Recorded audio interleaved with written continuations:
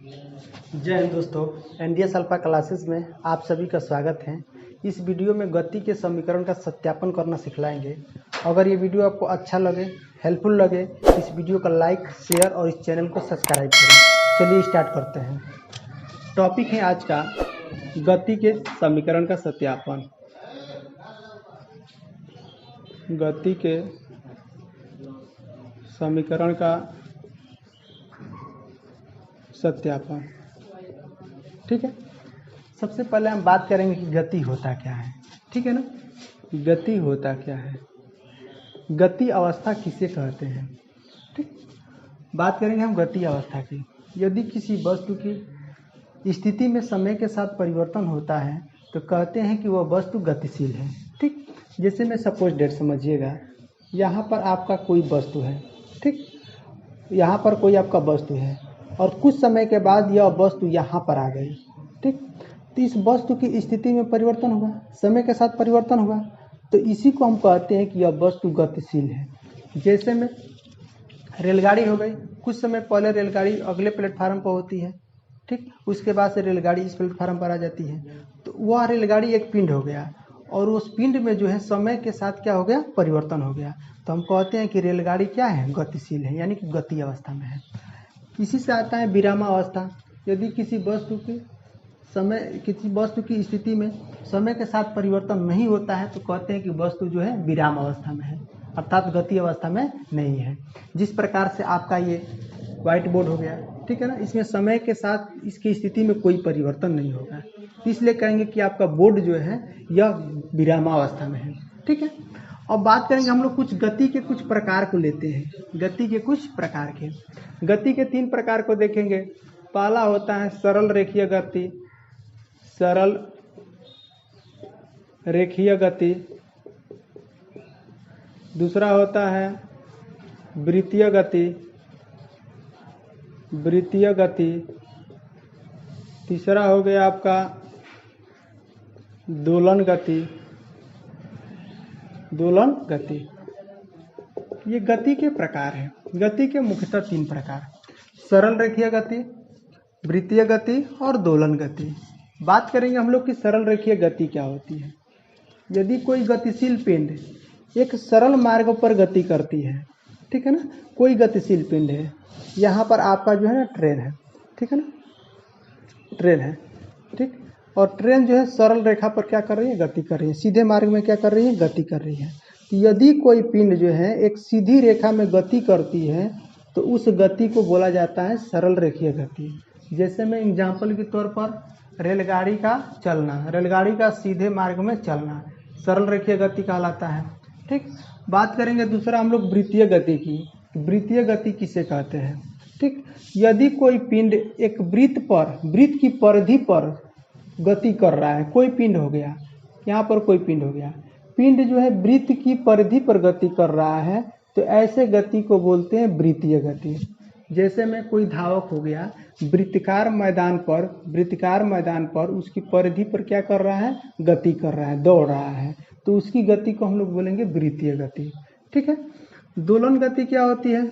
दोलन गति क्या होती है, तो यह गति जो है किसी एक निश्चित बिंदु से, ठीक है ना, किसी एक निश्चित बिंदु से, ठीक है ना, बाएं और दाएं, ठीक है ना, एक समान दूरी क्या करती है, तय करती है। बाएं भी उतने दूरी और दाएं भी उतने दूरी, एक समान दूरी तय करती है। इसी गति को हम लोग बोलते हैं दोलन गति। जैसे में इसका मोस्ट उदाहरण होता है पेंडुलम होता है, घड़ी का पेंडुलम। पेंडुलम में जो गति होता है दोलन गति होता है। ठीक है दोस्तों, हम इसलिए बताए हैं कि सरल गति का समीकरण का सत्यापन जो होता है सरल रेखीय गति पर होता है। ठीक है ना, गति के समीकरण का सत्यापन जो है सरल रेखीय गति पर होता है, न कि वृत्तीय गति पर और न ही दोलन गति पर। ठीक, अब चलिए हम स्टार्ट करते हैं गति के समीकरण को।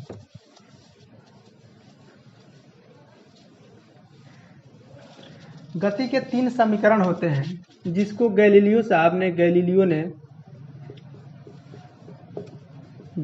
ने प्रतिपादित किए थे। ठीक, गति के 3 समीकरण होते हैं जिनको गैलीलियो ने प्रतिपादित किया था। पहला समीकरण है v = u + at। इसका हम लोग सत्यापन करेंगे। पहला समीकरण होता है v equal to u plus a t, जहाँ आपको बता दे रहे हैं दोस्तों कि v जो है पिंड का अंतिम वेग है, पिंड का अंतिम वेग है, पिंड का अंतिम वेग। u जो है पिंड का प्रारंभिक वेग है, पिंड का प्रारंभिक वेग। ये जो है त्वरण है, त्वरण है, और t जो है समय है। देखिएगा गति का प्रथम समीकरण जो है त्वरण से परिभाषित होता है, त्वरण से सिद्ध होता है। अब हमको जानना होगा कि त्वरण क्या कहलाता है, त्वरण क्या कहलाता है, त्वरण किसे कहते हैं।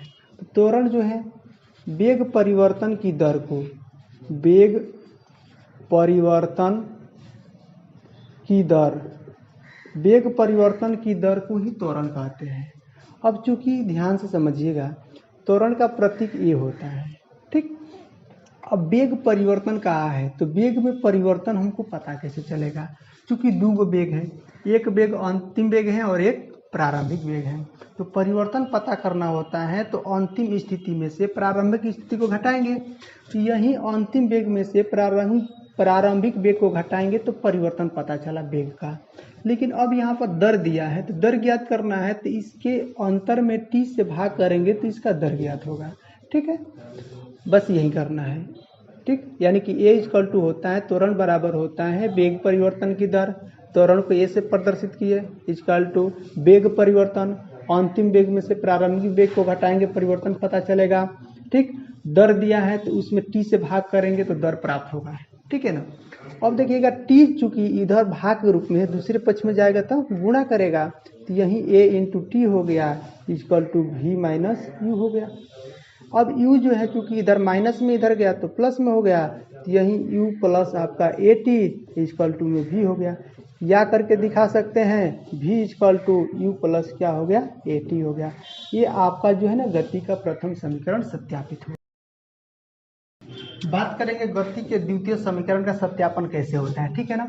सबसे पहले देखेंगे गति का द्वितीय समीकरण होता क्या है, ठीक है ना दोस्तों। तो गति का द्वितीय समीकरण यस इक्वल टू होता है, यस इक्वल टू होता है U T plus half A T square होता है, हाफ ए टी स्क्वायर होता है।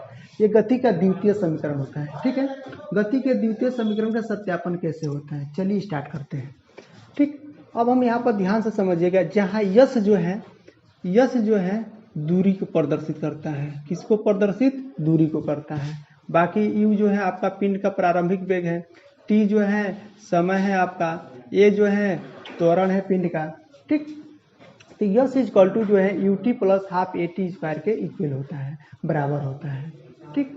अब हम बात करेंगे कि यस बराबर जो होता है ना दूरी होता है, क्या होता है, यस बराबर को दूरी से प्रदर्शित करेंगे। अब दूरी ज्ञात करना है तो औसत वेग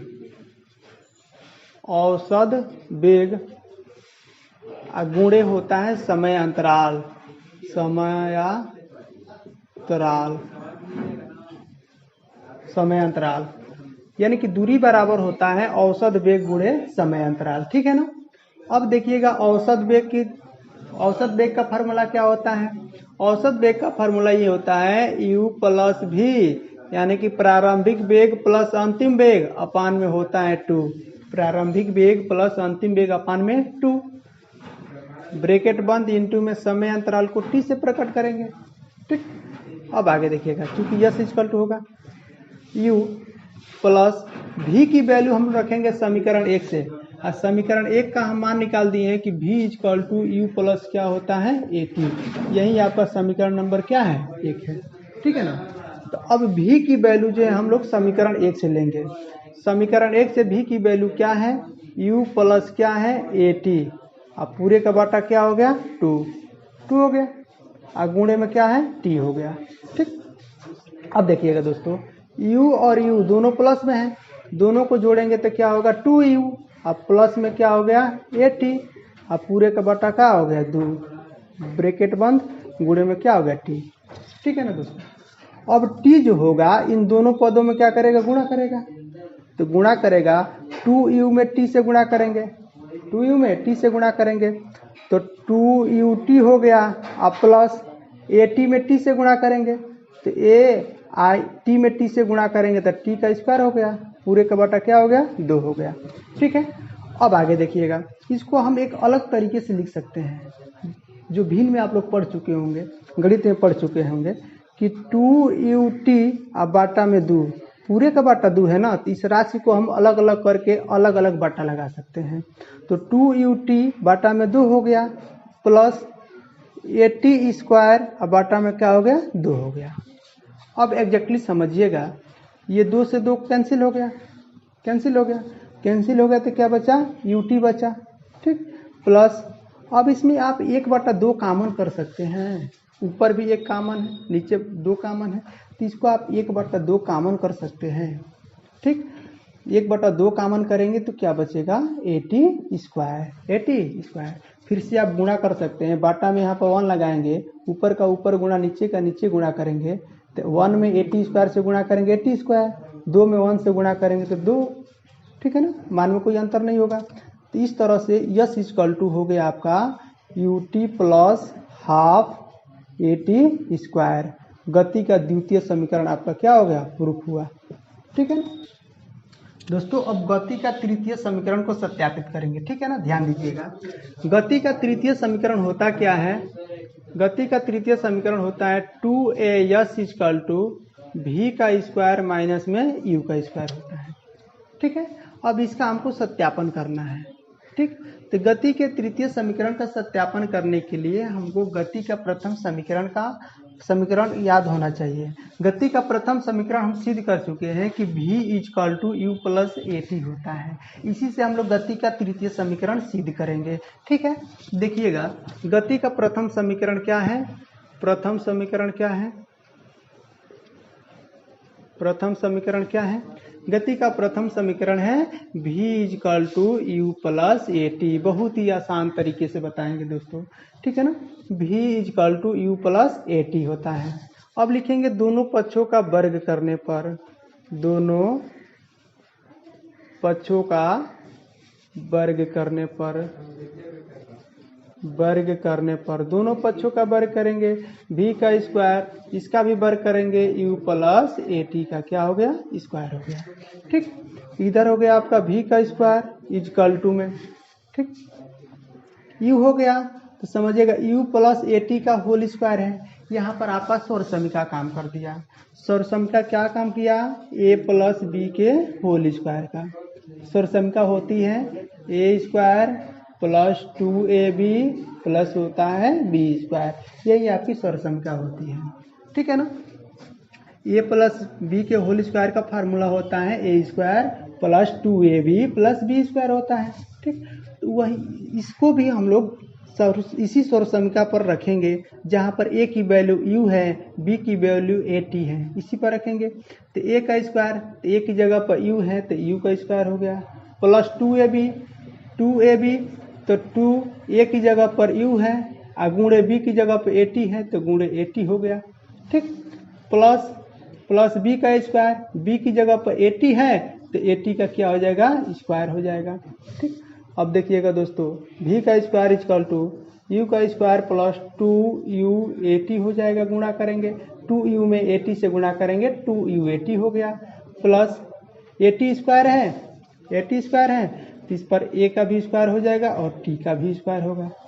ठीक है ना, अब आगे देखिएगा समझिएगा, v का स्क्वायर इक्वल टू u का स्क्वायर प्लस, इसमें हम कॉमन ले रहे हैं 2at कॉमन मिल रहा है, 2at हम कॉमन ले रहे हैं। ठीक है ना, तो 2at कॉमन ले रहे हैं हम यहाँ पर, 2at कॉमन ले रहे हैं हम यहाँ पर।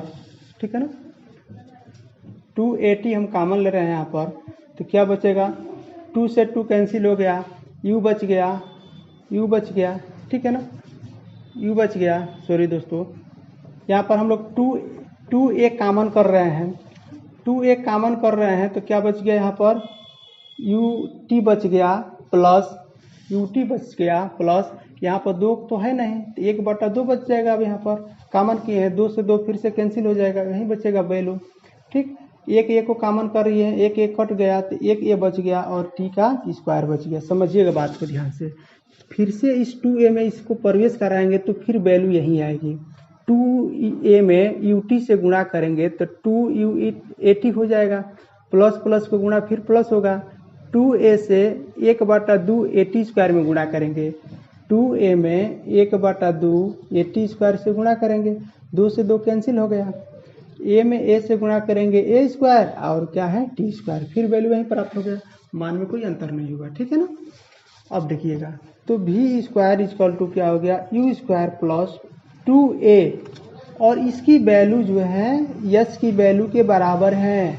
गति के द्वितीय समीकरण को सत्यापित किए थे, द्वितीय समीकरण यही था, s equal to ut plus half at square होता है। ठीक है ना। तो यहाँ से हम इसके बदले में यस रख सकते हैं, इसके बदले में क्या रख दिए, एस रख दिए। ठीक। अब देखिएगा u स्क्वायर इधर प्लस में इधर जाएगा तो माइनस में हो जाएगा, तो यही v का स्क्वायर माइनस क्या हो गया, u का square equal to 2a yes हो गया। ठीक है ना दोस्तों। गति का हमारा तीसरा समीकरण जो है प्रूफ हुआ। क्या हुआ, प्रूफ हुआ। फिर से एक बार देखिएगा दोस्तों, गति का तीसरा समीकरण बहुत ही इंपॉर्टेंट होता है, समझिएगा। गति का तीसरा समीकरण होता है 2as equal to v square minus u square. गति के तृतीय समीकरण का सत्यापन गति के प्रथम समीकरण से हो सकता है, द्वितीय समीकरण से भी हो जाएगा। ठीक है ना। तो प्रथम समीकरण बहुत इजीली टाइप है। प्रथम समीकरण यही है, v equal to u plus at होता है।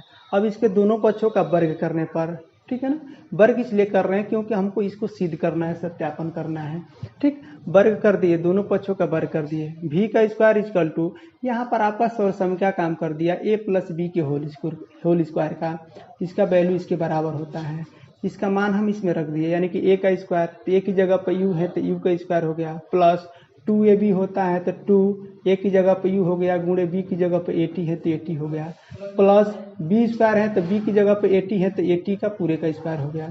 ठीक, v square equal to u का स्क्वायर प्लस 2u 80 में गुणा करेंगे तो 2u 80 हो जाएगा, प्लस a पर v स्क्वायर हो जाएगा, t पर v स्क्वायर होगा। ठीक है ना। अब देखिएगा v का स्क्वायर इक्वल टू u का स्क्वायर प्लस, इसमें हम 2a कॉमन कर रहे हैं, कॉमन करेंगे तो हमारा इसके बीच में जो है ना गति का द्वितीय समीकरण यस का वैल्यू प्राप्त होगा। ठीक है ना। तो 2a कॉमन कर दिए तो क्या बच गया, ut बच गया, प्लस अब 2a कॉमन कर दिया, यहाँ पर सिद्ध करके बता चुके हैं, 1/2 यहाँ पर बच गया, एक a से एक खत्म, एगो ये बच गया और t स्क्वायर हो गया। ठीक, तो v square equal to u square plus 2a हो गया, और ये वैल्यू जो है गति के द्वितीय समीकरण यस के बराबर होता है, तो यहाँ से हम यस का वैल्यू रख दिए, तो v square minus you square, ये यू स्क्वायर इधर प्लस में इधर आया तो माइनस में हो गया, इक्वल टू में क्या हो गया 2as। ये गति का तृतीय समीकरण सत्यापित हुआ। जय हिंद दोस्तों। अगर ये वीडियो आपको अच्छा लगा तो इस वीडियो को लाइक, शेयर और इस चैनल को सब्सक्राइब करें। अगले वीडियो में हम विमीय सूत्र निकालना बताएंगे। ठीक है ना।